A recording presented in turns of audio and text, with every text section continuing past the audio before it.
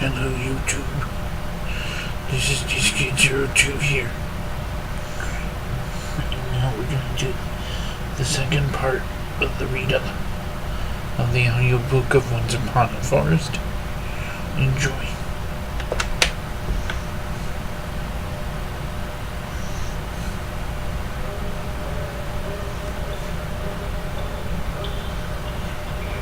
Help! Help! I'm drowning! shouted Edgar. Abigail laughed and said, Stand up, Edgar.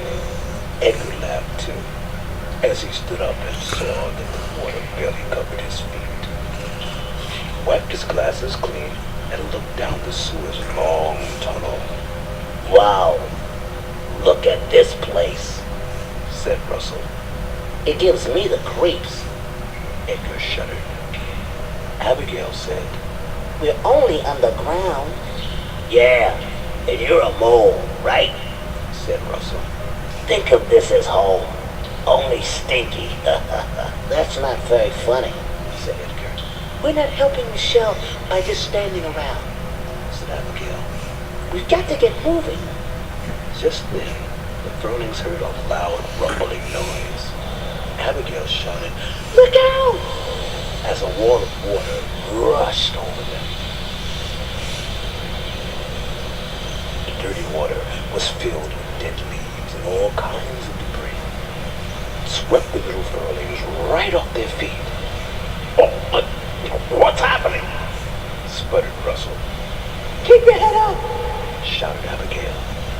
The Furlings struggled to stay afloat as the rushing water hurled them through the long and twisting sewer pipe. Then, just when they could not keep their heads above water a moment longer, the Furlings burst through an opening and were dumped into a lake. Gasping and moaning, the bedraggled Furlings swam to shore. When he had caught his breath, Edgar stood up, took the map out of his pocket, and wrung the water out of it. As he split it open, Russell asked, Now where are we? I don't know. Answered Edgar. This lake is not on the map. It's all over. Sighed Abigail. We'll never find our way now. Don't say that, Abigail. Michelle's counting on us, said Russell. Poor Cornelius must be worried about us, said Abigail. Maybe if we climb that hill, Edgar suggested. We could see where we are.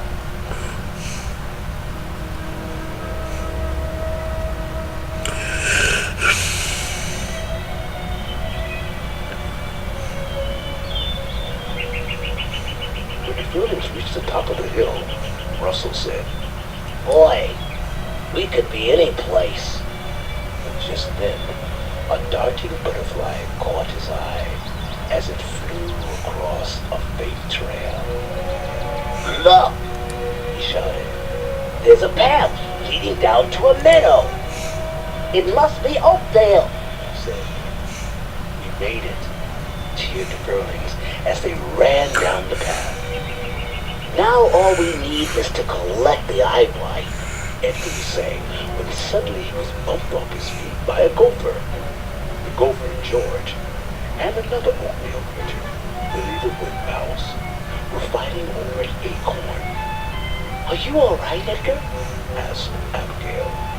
Before Edgar could see him, Wags, the squirrel, ran in, jumped over the Furlings, and followed Willie and the acorn up a tree. Then a gang of other mice and squirrels dashed up after Wags and Willie. Gee, I thought mules are out of control in my house, said Russell. Edgar asked, How are we going to get anybody to help us find the herbs? Maybe these guys won't be so grouchy after they eat, said Russell. but we can't wait that long. Said Abigail, and she climbed up the tree and grabbed Willie by the ankle. Hey, let go! Cried Willie. Abigail hung on tight, and they both lost their balance and fell to the ground. The acorn was knocked out of Willie's hand. George the gopher ran up, grabbed it, and dashed back on the ground. Willie started to yell at Abigail, but then he realized he had never never before seen such a beautiful little wood mouse, Gosh, I hope I didn't hurt you. he said. No, I'm fine. Sighed Abigail as she realized she had never before seen such a handsome wood mouse. Wow, look at all the eyebright, Yelled Russell. The Longworth can't be too far away. Too far for the likes of you. Sneered Wags as he pointed to a clump of underwood high up on the side of a rocky cliff, out of reach. Don't worry, Said Russell. we've already got a plan. Edgar looked at Abigail, who had not taken her eyes off Willie, and said, Are we still in this together or not? Of course we are, said Abigail, What's your plan, Russell? because Russell always fought better on a full stomach. He sat down and opened his pack to get something to eat. Munching away, he nearly spit out his food when he saw it had been wrapped up in Cornelius's plans for the wing-a-thing. When he held up the diagram, Edgar said, Whoopee! We'll fly to the top of that cliff. Wags doubled over in laughter. Laugh all you want. We'll show you. Said Abigail, and the Furlings got to work following Cornelius's plan. They gathered leaves from a tree and sewed them together with a giant pine needle.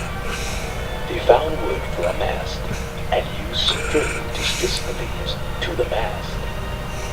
I think this might work. Said Edgar. To your stations. Said Russell. Russell sat behind the steering wheel, and Abigail and Edgar got ready to crank the winder-upper. They cranked, and the wings started to flap up and down. The wing of a thing lifted off the ground and skimmed over the lake. Yay! We're flying. Shouted Russell. He did it! Hollered Willie. Wags and all the other Oakdale animals looked up at the Furlings in amazement. Russell shouted, I'm gonna glide by the cliff, Abigail. Climb it on the wing and get ready to grab the Longworth. Suddenly, the wind blew Edgar's scarf into Russell's face, blinding him temporarily. The wind wrapped the scarf around Russell's head. As he struggled to get it off, the wing of a thing bumped against the side of the cliff, plunging Abigail towards the ground. Willie was horrified as he watched from the meadow. When Russell freed himself of the scarf, he immediately put the wing of a thing into a steep dive to catch Abigail. As they swooped beneath her, Edgar grabbed Abigail and swung her safely into the cockpit. We'll try again. Said Russell. It's no use. Said Abigail. The wings scraped all the Longworth off the cliff. Don't worry, I got it. Shouted Edgar as he scooped the Longworth off the tip of the wing. Willie and all the rest of the animals cheered. They got it. Got it. They got it. Got it. They got it. Russell turned the wing of a thing around to fly home. Look, the land of the yellow dragons. Said Abigail. They flew high above the steam shovel, the backhoe, the bulldozers, and the steamroller. Edgar rolled out the map and sketched in all the new places the Furlings had discovered, including Oakdale, and said, Won't Cornelius be excited to see where we have been? Hey, I can't see much at all. Said Abigail. The sky had suddenly grown dark. It was filled with storm clouds. Lightning began to flash around the Furlings' airship. Edgar quickly rolled up the map and stuffed it into his ship. Russell could hardly steer through the wind and heavy rain. He dived down by the trees and nearly crashed into a barn. Russell shouted to Abigail and Edgar, Craig, as hard as you can. We have to get up higher. Abigail and Edgar grabbed the winder upper as fast as they could to get the wings flapping up and down again. At the same time, Russell struggled to pull back the wheel and bring the plane out of its treacherous dive. It worked, but the furlings were not safe for long. The wind then blew them into the wires of a utility pole, causing an explosion that set their wing on fire. Plummeting towards Earth, the wing of the thing crash-landed, skidded across a field, and finally came to a stop against an old willow tree. Though dazed, Edgar examined the tree and took a piece of bark out of his pocket. "Look, the rheumatism tree from our hike," he said. "We're home." "We're home, yeah. We're home." The furlings all shouted at the same time. "Come on, let's get to Michelle," said Abigail. The furlings ran to Cornelius's house, where they saw a light in the window. "Are we in time?" asked Russell. "I'm afraid she's slipping away. We must administer the herbs immediately," said Cornelius. A sudden, loud, clanking noise startled the furlings. "Come here, quick!" called Edgar as he looked out the window. "Oh no, not again," said Cornelius. "It's the humans!" Abigail and Russell dashed over to the window to see what was happening. The humans tromped through the forest, wearing heavy boots and bulky suits. They had masks over their heads and wore special breathing gear to protect them from any remaining toxic fumes. Cornelius picked up Michelle, and they escaped out the back door, which, given his parents' fate, Cornelius had been careful to provide in his own burrow. Edgar had never used this door before, and in the dark he tripped, fell, and lost his glasses. Before anyone could help him, Edgar stumbled into an old box trap, and the door slammed shut behind him. Edgar scrambled back and forth inside the box trap and cried out. One of the humans heard him, knelt down beside the trap, and shined his light on Edgar. Covering his eyes, Edgar squashed himself as far back in the trap as he could. But the human reached inside and lifted Edgar out. Cornelius and the other furlings had watched everything from their hiding place and were worried sick about Edgar. The human looked carefully at Edgar and then set him down on the ground, pushed him a little, and said, "There you go, little fellow." Edgar raced over to Cornelius and the other furlings in their hiding place. Then the human unexpectedly crushed the old box trap with his foot, picked it up, and carried it away. "In all my days, I've never seen anything like that," said Cornelius. Abigail found Edgar's glasses, carefully wiped them clean, and handed them back to her friend. Cornelius patted Edgar on the head and said, "Thank goodness." With Cornelius carrying Michelle, the 3 furlings led the way back to the old willow tree. "We'll be safe here," said Abigail.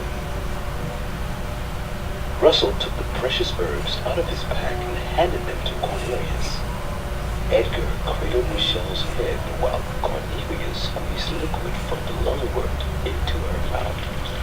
Then Cornelius gently put some of the eye brine on Michelle's eyelids. Michelle coughed weakly. "Did we make it in time?" Edgar asked Cornelius. "We won't know until morning," Cornelius said. "Whatever happens, you've done all you could do for Michelle." The furlings snuggled together on the ground beside Cornelius and eventually fell asleep.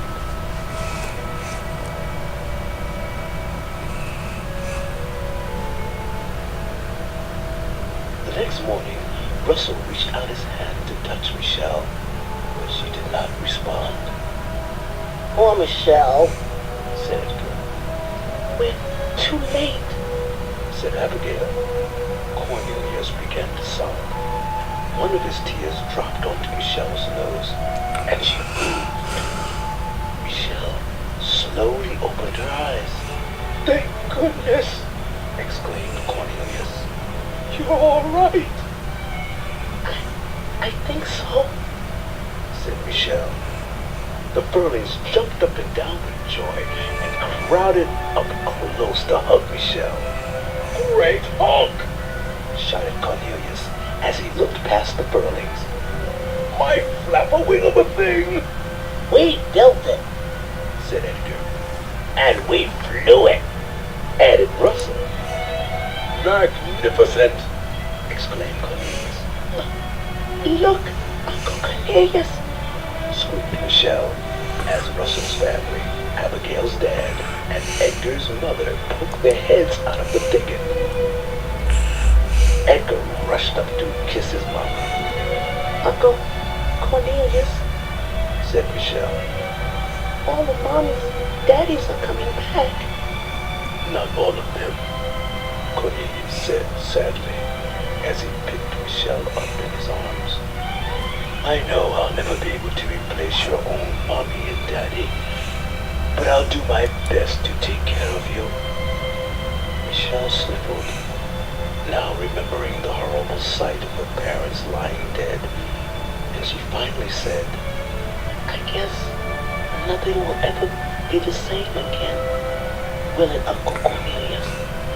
Cornelius thought a moment and said, "Not exactly the same, Michelle. But if we all work as hard to save Dapplewood as your 3 friends work to save you, it would be beautiful in time."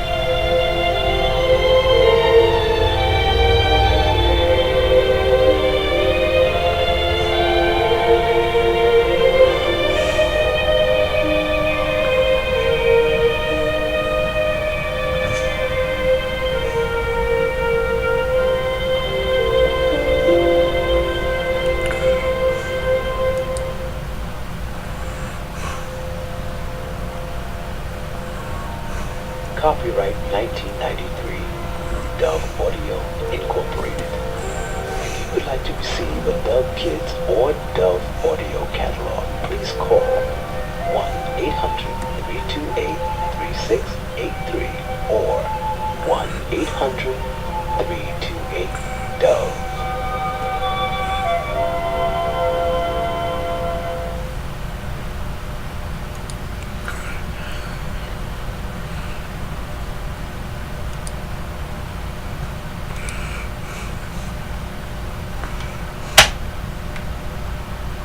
I hope you enjoyed this 2-part audiobook.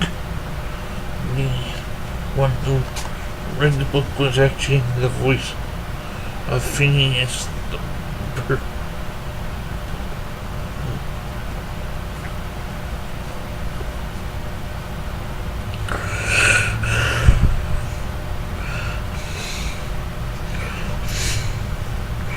The bird creature. Right here.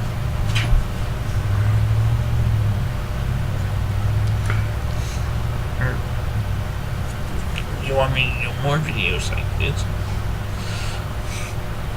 Please subscribe and let me know. And click the little bell icon to get notified when I do a new video. And also, if you'd like to donate to my PayPal or Patreon account for the St. John Pet Food Pantry, that would be graciously appreciated. Thank you.